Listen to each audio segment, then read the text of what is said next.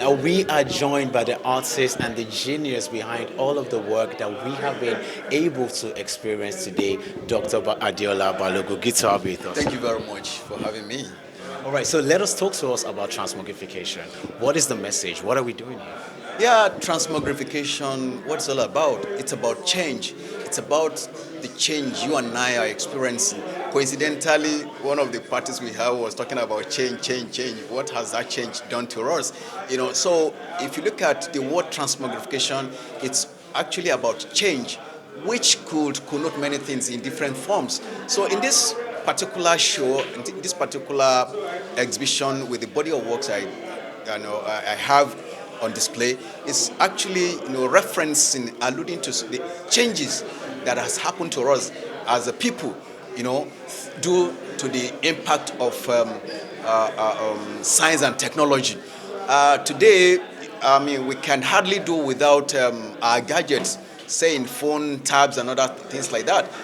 All these are powered by technology, and profoundly, one of the material that is very obvious in this particular show is electronic panels, which to me is more or less like a metaphor through which I explored different themes like the rare species, what's it called, land mines and gold mines, and other series that I have in this particular show. You will discover that whether in 3D or in 2D, you have electronic panels featuring prominently in the works on display. Why did you choose a mixed medium? We're seeing paintings on display and we're seeing, metal works like this on display. Why did you choose a mixed medium to send this message? Well, over the years, I'm not new to that. If you conversed with some of my works, I've used pneumatic tires as medium of making art. I've used plastic, I've used bronze, all sort of materials, because around us there are a lot of materials.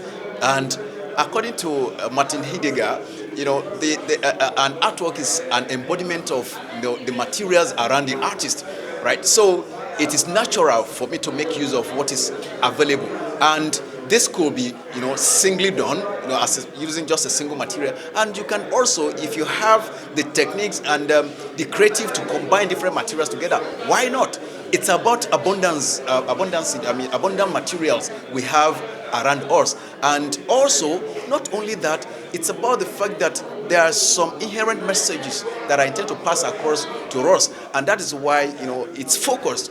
And the focus is on the impact of science on us. What you and I have experienced, these are some of the things I try to project in this particular show. Well, so let's talk about one of your pieces of art. Now, in one of the interviews we're given, you did say that this is one that is very personal to you. So very quickly, talk us through what is going on here. Talk us through the message behind this particular art piece. Yeah, this has to, like I said, it has to be experiential. That is art. What I experience, that is what I'm bringing out. And if you look at the work beside us here, it's actually, I titled the Blue-Eyed. People were asking, what is blue-eyed? And if you look at it thoroughly, certainly you can see just one eye that has blue color. And it's more or less subtly talking about, racism, because to the Caucasian, if you don't have blue eyes, you are more or less less, a human. You're not regarded, right? So the fact remains that, is it that until you have blue eyes before you be respected as a human being, right? These are some of the things I experienced outside the shore of this country, going out for residencies outside there. The way they look at you, but not until they see what you can do. So it shouldn't be, you shouldn't judge me due to the color of my skin, not through the color of my eyes, but what I have to bring to the table.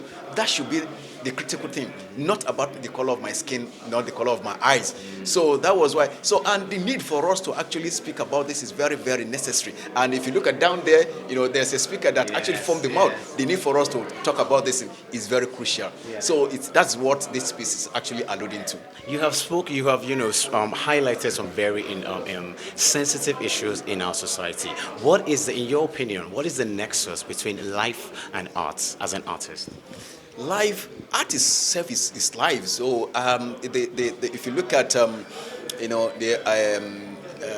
in our society, I want to believe that the need for us to actually embrace it, because it has its purpose and very, very important, especially in this trying period.